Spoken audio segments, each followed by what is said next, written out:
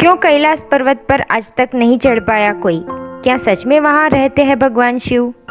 दुनिया के इतिहास में लगभग सभी सभ्यताओं में देवताओं को पहाड़ों से जुड़ा हुआ माना गया है, क्योंकि वो हमारी दुनिया में स्वर्ग तक जाने का, उसके करीब पहुँचने का रास्ता माने जाते हैं।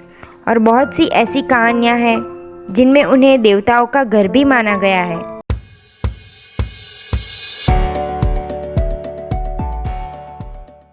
हिंदू धर्म में कैलाश पर्वत का बहुत महत्व है, क्योंकि भगवान शिव का ये निवास स्थान माना जाता है।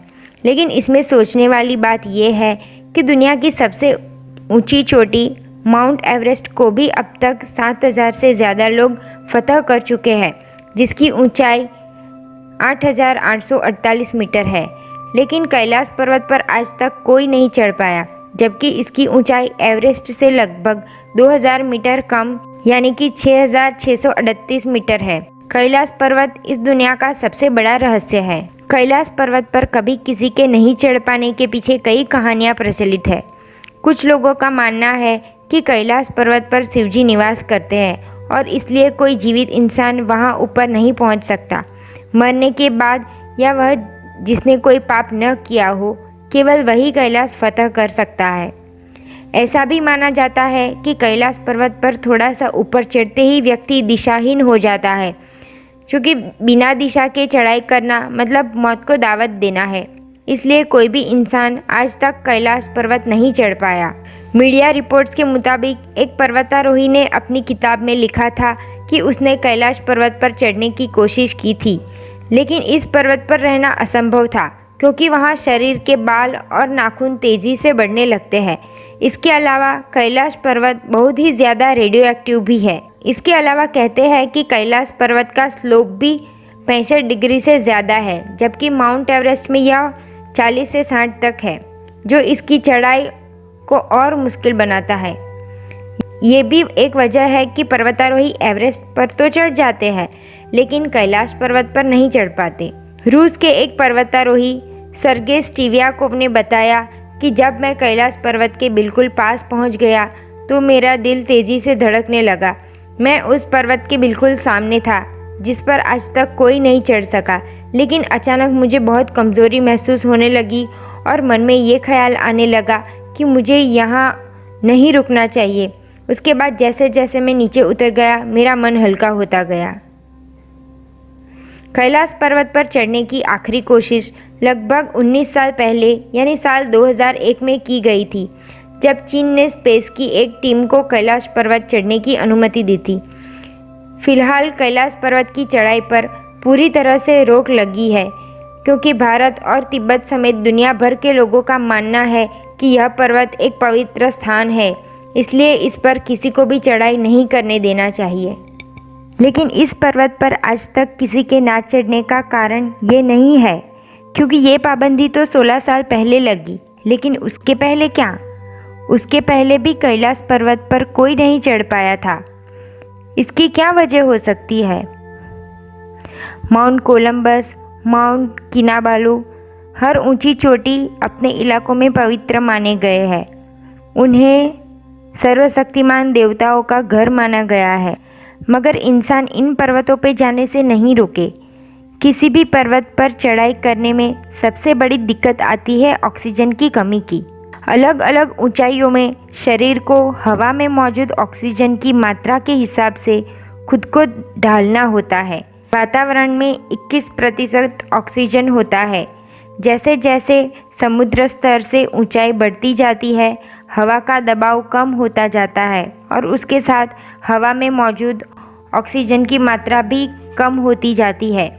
करीब 3600 मीटर की ऊंचाई पर हवा का दबाव घट जाता है। माउंट एवरेस्ट की ऊंचाई 8,848 मीटर है। वहाँ ऑक्सीजन की मात्रा समुद्र स्तर से 2/3 कम है।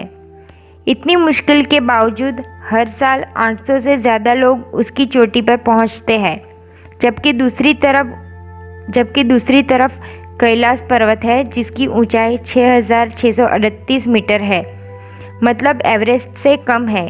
फिर भी आज तक वहाँ कोई नहीं चढ़ पाया। क्यों माउंट एवरेस्ट से बेहतर ऑक्सीजन होने के बावजूद कोई कैलाश पर नहीं चढ़ पाया? उसकी क्या वजह है? इसका जवाब विज्ञान के पास भी नहीं है। तो क्या हमें ये मान लेना चाहिए कि कैलाश पर्वत पर भगवान शिव आज भी निवास करते हैं? पौराणिक कथाओं की मानो तो आज भी भगवान शिव धरती पर मौजूद है। इस बात पर विश्वास करने के लिए हमें एक सत्य घटना पर बात करना ज़रूरी है। एक ऐसे इंसान की कहानी जिसने भगवान शिव जी के दर्शन किए हैं, और वो इंसान कोई भारतीय नहीं परंतु एक अंग्रेज अधिकारी था। ये बात तब की है जब भारत पे अंग्रेज़ों की हुकूमत थी और कई ब्रिटिश अधिकारी अपने पूरे परिवार के साथ भारत में रहते थे। मध्य प्रदेश के अगरमालवा का मंदिर इसलिए प्रसिद्ध है क्योंकि वहाँ जो कोई भी सच्चे मन से कोई मन्नत मांगता है वो हमेशा पूरी होती है। साथ में ये एक लौटा ऐसा मंदिर है जिसका जीर्णोद्धार अंग्रेज ने किया था। बताया गया है कि अंग्रेज कर्नल मार्टिन युद्ध लड़ने के लिए अफगानिस्तान में तैनात थे। वो वहाँ से अपनी पत्नी को, जो मालवा में रहती थी, उसे अपना हाल चिट्ठी लिखकर भेजते थे। कई दिनों तक ये सिलसिला चालू रहा। अचानक खत आना बंद हो गया। खत न आने की वजह से मिसेस मार्टिन की तबीयत खराब हो गई। वो हमेशा जो मंदिर है उसके पास से गुजरती थी और वहाँ लोगों को बड़े भक्तिभाव से मन्नत मांगते हुए देखती थी। एक दिन उन्होंने भी मंदिर में जाके मन्नत मांगी कि अगर उनके पति सकुशल लौट आए तो वो मंदिर का जीर्णोद्धार करेगी। कुछ दिनों के बाद मिसेस मार्टिन को वही अनुभव हुआ जो यहाँ पे मन्नत मांगते हुए सभी भक्तों को होता है। मिस्टर कर्नल मार्टिन का खत आया। उस खत में कर्नल मार्टिन ने जो लिखा था उसे पढ़ के मिसेस मार्टिन सन्न रह गई। उन्होंने लिखा था कि उनकी टुकड़ी को कई दिनों तक अफगानी सैनिकों ने घेर लिया था। बचने की कोई उम्मीद नहीं थी। एक दिन शेर की खाल पहने और हाथ में त्रिशूल लिए एक योगी ने अफगान के चंगुलों से अंग्रेज़ों की जान बचाई। तब मिसेस मार्टिन ने उन्हें अपनी मन्नत के बारे में बताया, लेकिन मार्टिन को ये एक संयोग लगा। बाद में जब मार्टिन भारत लौटे तो उनकी पत्नी मार्टिन को लेकर भगवान शिव के मंदिर गई। तब वहाँ मार्टिन ने जो बताया वो हैरान कर देने वाला था।